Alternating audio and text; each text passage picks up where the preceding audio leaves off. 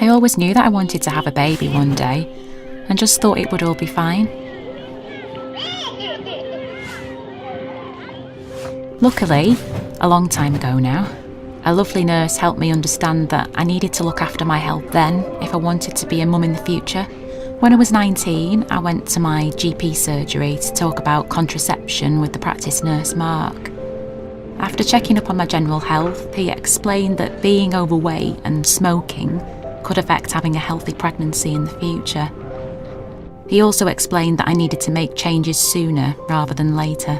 Mark gave me some helpful tips on how to eat more healthily and be more active, and talked to me about local stop smoking services.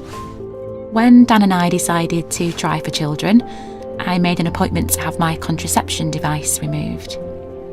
Mark said well done for being a healthier weight, and I told him it was thanks to the Couch to 5K programme. He told me to keep up the good work, as maintaining a healthy weight through pregnancy and parenthood isn't easy. Mark also reminded me that smoking can significantly affect having a healthy pregnancy. I agreed to him referring me to the local stop smoking service, plus he suggested that I might find it easier to quit if my partner gave up smoking too. It was great to hear that we could fall pregnant quite quickly, and Mark advised me to start taking folic acid supplements straight away. It wasn't long before I fell pregnant with baby Jack, and remember seeing a great midwife, Anita. I told Anita how both Dan and my mum gave up smoking to make it easier for me. Anita was really pleased and congratulated me. She advised me that once the baby was born, Dan and I could be tempted to start smoking again, but it was really important not to, as smoking would affect our health, baby Jack's health, and any future pregnancies.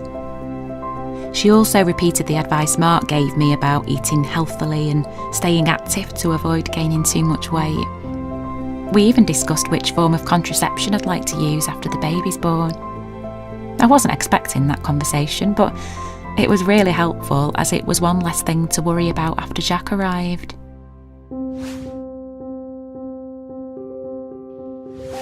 Baby Jack is the best thing that's ever happened to me. But initially, I found being a new mum difficult and quite lonely. I constantly worried that I wasn't doing a good job. I felt a bit worthless at times. And whenever I felt low, I would comfort eat and crave cigarettes. I didn't feel like I could talk to anyone about how I was feeling and tried to deal with it on my own. This made things worse and caused problems in my relationship with Dan. My health visitor Kate was brilliant. She asked me how I was finding being a new mum, and when I told her how I felt, she reassured me that it was common. She said speaking to friends and family could help, especially Dan, and suggested I book an appointment to speak to my GP. Kate also gave me details of some local mum and baby groups and the number of a helpline.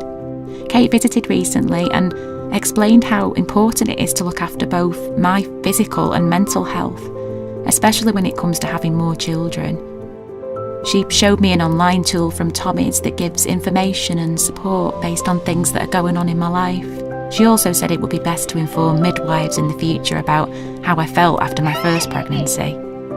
Thanks to Kate's support, over time I began to feel a lot better, and thankfully Dan and I got through what was a pretty tough time. I'm really grateful for all the help Mark, Anita and Kate gave me before, during and after my pregnancy. Their advice has made being healthy so much easier.